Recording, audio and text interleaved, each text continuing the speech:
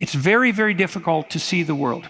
It takes an awful lot of cognitive resources. It takes a lot of brain power, and that takes a lot of psychophysiological structure, and that takes a lot of resources and energy.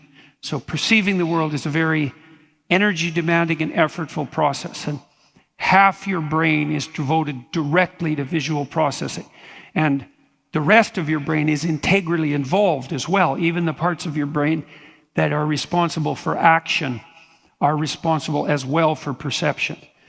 And detailed perception is even more difficult than low resolution and vague perception. And this is reflected in literally in the way that your eyes are actually structured.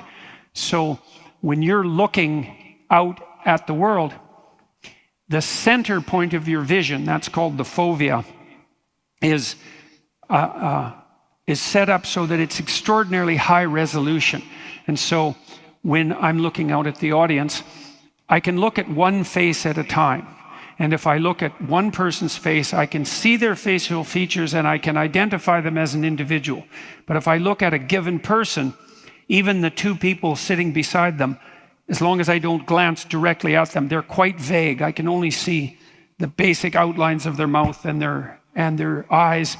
And then by the time I'm 5 people away, I can just see vague shapes. And out here, it's basically nothing. And so your vision moves from extremely high resolution to lower and lower and lower resolution as you move out towards the periphery. And the reason for that is that it takes so much cortical resource to process the high resolution center that your brain would have to be the size of the worst alien you could possibly imagine for you to see other than a pinprick of high resolution focal detail. And the way that you overcome that problem is that when you're looking at the world, because you might think you look at the world passively, you know, because it sort of feels that way, but that's not exactly right.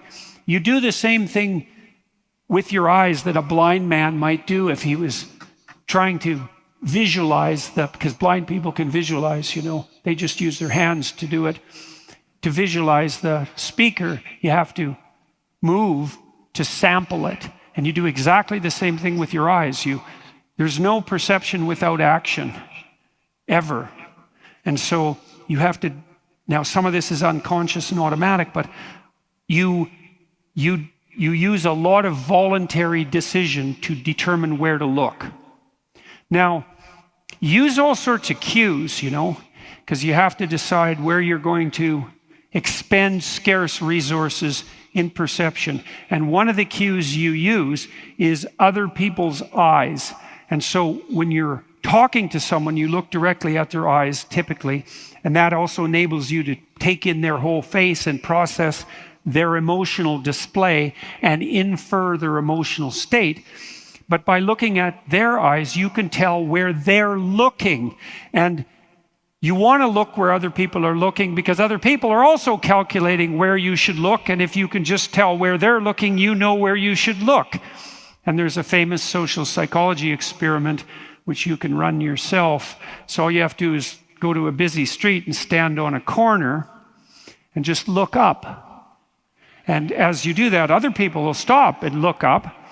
And then there'll be like 8 people standing there and looking up. And then soon there'll be 50, because if 8 people are looking, obviously there must be something worth looking at. And you know, our eyes have actually evolved to facilitate that. So human eyes are, of course, black pupil in the middle and then a colored ring against a white background.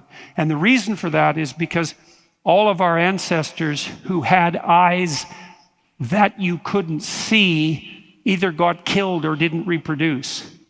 And the reason for that is that it's so valuable for us to know where to look that we've evolved so that other people can tell where we look extraordinarily easily. And so, now where do you look? That's the crucial thing. Where do you look? Well, you look at what's worth paying attention to. And what's worth paying attention to? Well, that's complicated, but you could reduce it to this. Do you look at what's important or what's irrelevant? Do you look at what's relevant and meaningful or what's irrelevant? And the answer is, you look at what's relevant. Now, how you decide what's relevant, That's a very difficult question.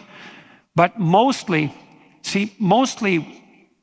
the problem of perception is mostly the problem of what to ignore, right? Because there's an infinite number of things you could look at.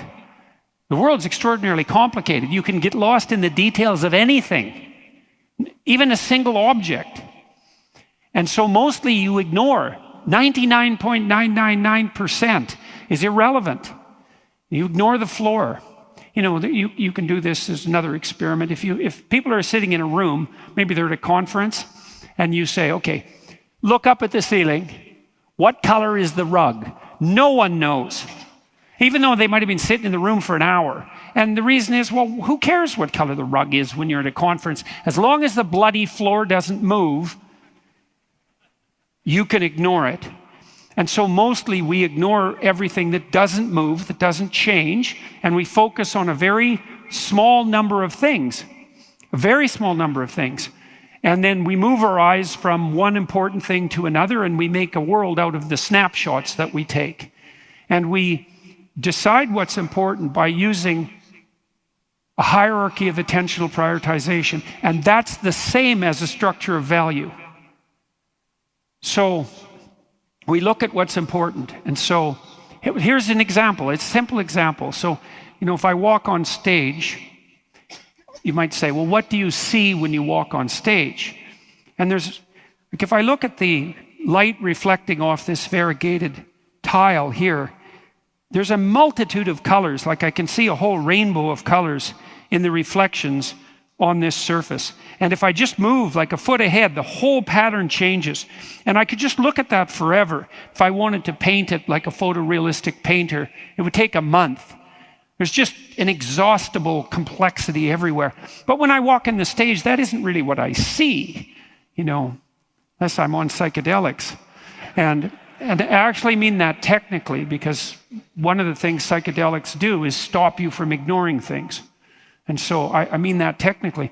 In any case, if I walk on the stage, what I'm going to see are chairs and a table, speakers, lights, the carpet. I'm going to see functional objects. I'm going to see tools and obstacles. I'm going to see pathways, tools and obstacles. And so one of the tools that I might see is a chair. A chair is a tool for sitting. Now that's a different way of thinking about a chair, because you might think, well, what make two things chairs? You'd say, well, the chair has a seat, and a chair has a back, and a chair has four legs.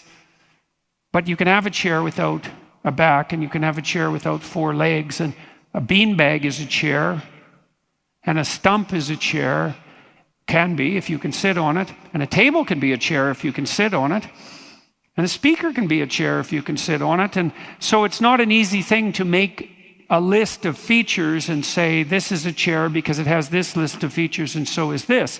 The reason something is a chair, most fundamentally, is because you can sit on it. And so, see, that doesn't seem like it's a particularly interesting fact, but it's extremely interesting, because what it suggests is that all the things that announce themselves to you as objects, which means the things you literally perceive as real, are integrally tied up with your implicit movement towards a goal.